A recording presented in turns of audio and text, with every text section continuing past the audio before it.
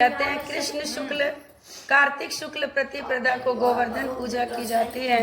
वेदों ने इस दिन इंद्र वरुण अग्नि आदि देवताओं की पूजा का विधान है। अन्नकूट या गोवर्धन की पूजा का आज भी विधान है। भगवान कृष्ण के अवतार के बाद द्वापर युग में आरंभ हुआ। उस समय लोग इंद्र को द्वापर युग में क्या था कि लोग इंद्र की पूजा किया करते थे, त्रेता में, सतयुग में। पर द्वापर में जब कृष्ण अवतार हुआ तो फिर भगवान कृष्ण ने इंद्र की पूजा को रुकवा के गोवर्धन की पूजा शुरू कराई। 56 भोग लगाते थे और पकवान और मिठाइयों का भोग लगाया जाता था। गाय बैल और पशुओं को स्नान कराया जाता था, उनके पैर धोए जाते हैं। फूल माला फूल चंदन आदि से उनका पूजन किया जाता है। गायों को मिष्ठान खिलाकर उनकी आज के दिन आरती और परिक्रमा की जाती है।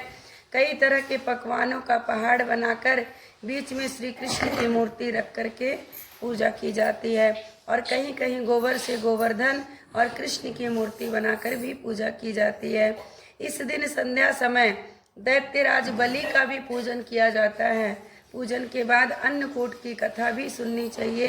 कथा इस प्रकार से है। एक समय की बात है कि भगवान श्री कृष्ण अपने सखाओं गोप ग्वाल के साथ गाय चराते हुए गोवर्धन पर्वत की तराई पर जा पहुँचे।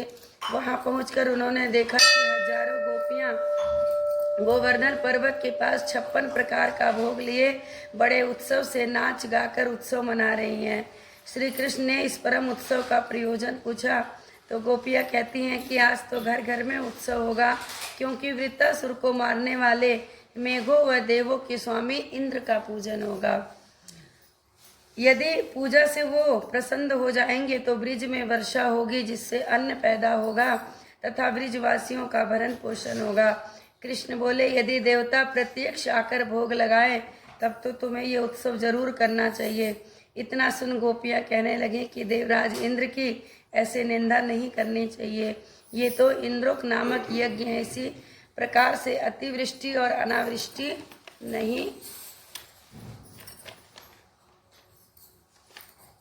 होती। अतिवृष्टि मतलब ज्यादा बारिश और अना मतलब कम। कृष्ण बोले, इंद्र में पाष्टि शक्ति है, इससे अधिक शक्तिशाली तो हमारा गोवर्धन पर्वत है। कहते हैं केवल 5 शक्ति है उसके अंदर, वो भी भगवान से प्राप्त है, पर उससे अधिक शक्तिशाली हमारा गोवर्धन है। इसी के कारण वर्षा होती है। बोल गोवर्धन महाराज की। और कहते हैं हमें इंद्र से भी बलवान गोवर्धन पर्वत की पूजा करनी चाहिए। और काफी वाद और विवाद के बाद श्री कृष्ण की बात को माना गया। ब्रिज में इंद्र की पूजा के स्थान पे गोवर्धन की पूजा शुरू करा दी गई। सभी गोप ग्वाल अपने अपने घरों में पकवान ला लाकर गोवर्धन की तराई निचले इलाके में कृष्ण की बताई विधि के अनुसार पूजन करने लगे। उधर कृष्ण ने अपने आदि दैविक रूप से पर्वत पे प्रवेश करके ब्रिजवासियों द्वारा किए गए सभी पदार्थों को स्वयं ग्रहण कर लिया। भक्तों में विश्वास दिलाने के लिए कि गोवर्धन आपका भोग ले रहे हैं, स्वयं भोग कृष्ण ने ग्रहण कर लिया। और उसके बाद कहते हैं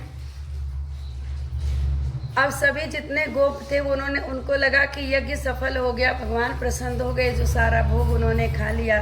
नारद मुनि इंद्रोज यज्ञ देखने की इच्छा से ब्रज में गए। गोवर्धन पूजा का समाचार जब इंद्र को मिला तो सुनते ही इंद्र पहुंचे और उदास होकर बोले, गोकुल के निवासी गोपों ने तो मेरी पूजा को बंद करके अपने गोवर्धन की पूजा शुरू कर दी है। आज से यज्ञ आदि में उसका भाग तो हो ही गया।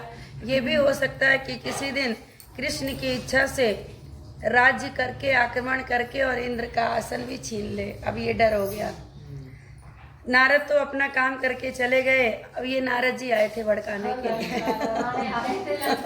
हाँ, बोले कि अभी पूजा ही हो रही है, क्या पता इंद्रासन भी आके छिनवा दे तुमसे। नारद तो अपना काम करके चले गए। अब इंद्र क्रोध में लाल पीले अधीर होकर उन्होंने मेघों को आज्ञा दी कि जाओ गोकुल में प्रलय ले आओ, इतनी बारिश हो जाए। और उसके बाद कहते हैं ऐसा दृश्य उत्पन्न कर दो, मेघ ब्रिज भूमि पर मूसलाधार बारिश होने लगी। सभी गोप ग्वाल अब डर करके भगवान कृष्ण की शरण में आए, रक्षा के लिए प्रार्थना करने लगे। गोप और गोपियों की करुण पुकार को सुनकर कृष्ण बोले, तुम सब गोवर्धन की शरण में आ जाओ। और उसके बाद कहते हैं सब तुम्हारी रक्षा करेंगे। गोप ग्वाल पशु धन सहित गोवर्धन की तराई में सब लोग आ गए। और उसके बाद कहते हैं श्री कृष्ण ने गोवर्धन को अपनी कनिष्ठिका इस वाली उंगली पर उठाया और छाता सा तान दिया उठा करके कि अब बारिश कहीं नहीं होगी जितनी दूर गोवर्धन है। गोप ग्वाल 7 दिन तक उसी की छाया में थे। 7 दिन तक बारिश होने लगी और 7 दिन भगवान अपनी छोटी सी, और भगवान स्वयं 7 वर्ष के थे।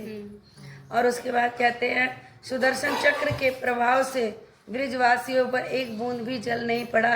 ये चमत्कार देखकर ब्रह्मा जी के द्वारा श्री कृष्ण अवतार की बात जानकर इंद्रदेव ने अपनी मूर्खता पर पश्चाताप किया और कृष्ण से क्षमा याचना मांगी। कृष्ण ने 7वें दिन गोवर्धन को नीचे रखा और ब्रिजवासियों के कहा कि अब तुम प्रति वर्ष गोवर्धन पूजा पर अन्नकूट का पर्व मनाया करो, यानी कि आज। और कहते हैं तभी से ये पर्व जो है वो सुचारू रूप से मनाया जाने लगा। महाराज